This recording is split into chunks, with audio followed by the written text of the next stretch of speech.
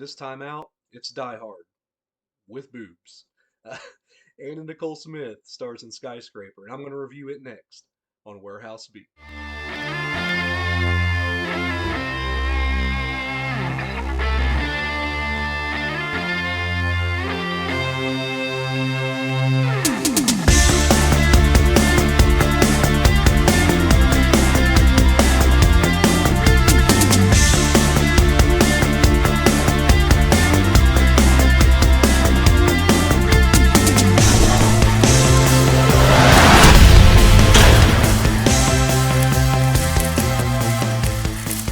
Guys, I'm kind of at a loss about how to start this review.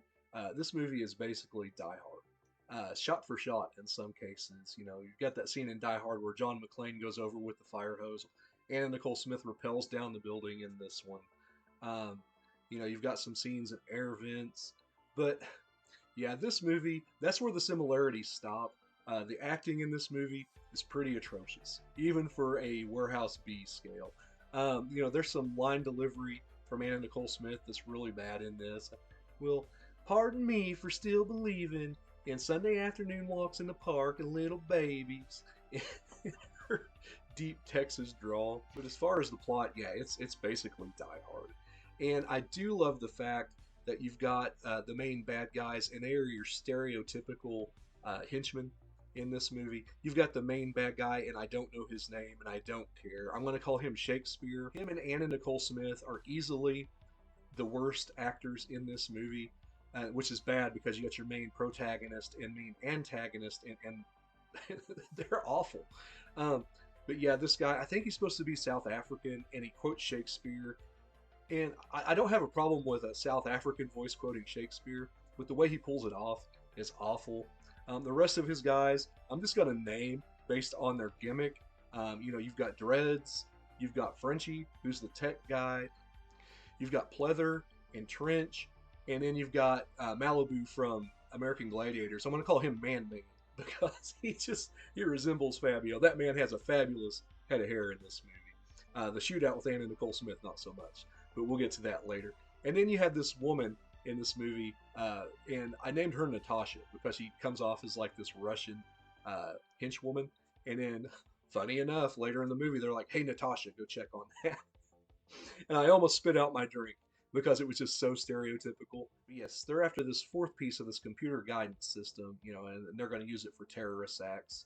And you basically have Anna Nicole Smith, who plays Carrie Wink, and she's this helicopter pilot for this company called Escort. I just think it's hilarious that Escort is in that name.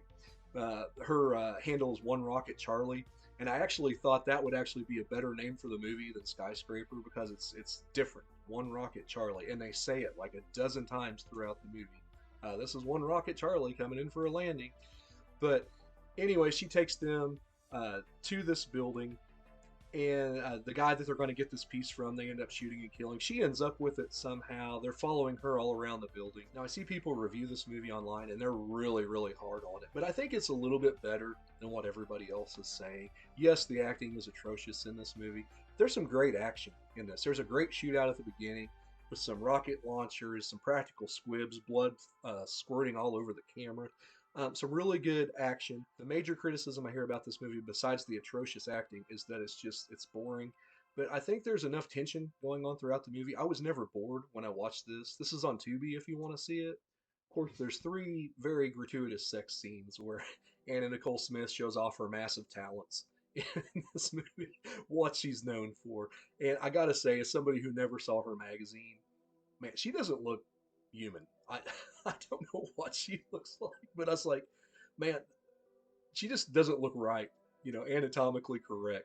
I guess that was the point, but man, there's some gratuitous, almost softcore scenes in this movie, so be prepared for that if you're going in watching this. I imagine if you're going to watch the Anna Nicole Smith movie, you're expecting that. I was more into watching Die Hard ripoffs, and I was like, man, but yes, her acting in this movie is really bad. Like that baby line that I quoted earlier. Like, her and her husband are wanting to have a baby, and then later on they reconnect in the hallway, and like her line delivery there's really bad. There's a scene where You know, she gives a line, he gives a line, and he's waiting on her to hit her next line, and there's an awkward pause there, like she forgot her line because he's right there with the next line as soon as she hits it. Just terrible. Her fight scenes on the roof with the main bad guy are pretty bad too. I mean, she did pull off a couple of roundhouses, but they were pretty slow, and a couple of back fists and this really skimpy top. It's worth a watch to laugh at. In one of the gratuitous love scenes with her and her husband, he'd actually shown her how to shoot a gun, and she was actually better than him. He was a cop. But later on, she has a fight in this office with Man Mate, and they can't hit anything. It's awful. Like there's 100 rounds shot there without reloading. That entire scene is just really cringeworthy. There's a little kid in this movie that's riding a big wheel, and he's easily 3 to 4 years too old to be riding that big wheel. I actually kind of wanted that kid to get shot in this movie, as terrible as that sounds. So yeah, there were some bad things about this movie, but there were some good things as well. Like this was a low budget movie, and they kept landing on the top of one building. You can kind of tell it's the same building, but they shot it smart from different angles, so it looks like they're landing on different buildings when she's in the helicopter. Some of the action scenes, especially in the beginning there, and a few there in the middle, were really good and ambitious for as low budget as this was. And there was another thing about this movie I couldn't quite put my finger on. I'm like, I like this movie for some reason, but I can't figure it out. And then they did this pull away shot from the street, and I'm like, oh my gosh, this was the same building that was at the beginning of The Hidden. That bank where DeVries robs and kills all those guys and then takes off in that Ferrari. You know, it's that same big skyscraper with the green tinted windows. And I'm like, I knew my brain liked this for some reason, but it took me till almost the end of the movie to figure it out. So overall, I did enjoy this movie a lot more than the other people who have reviewed it. I didn't think it was as slow as they did. On IMDb, it's a 3 out of 10, which I think is too low. I'm going to rate it quite a bit higher because there were quite a few things about this movie I liked. I'm going to go ahead and give this a 4.5 out of 10. It's definitely not the worst thing I've watched even this year, as bad as it is. And, you know, Anna Nichole Smith, there's 2 more reasons to watch this movie right there. So, guys, thank you for watching this review. Thank you for supporting Warehouse B and Macho Movie Madness.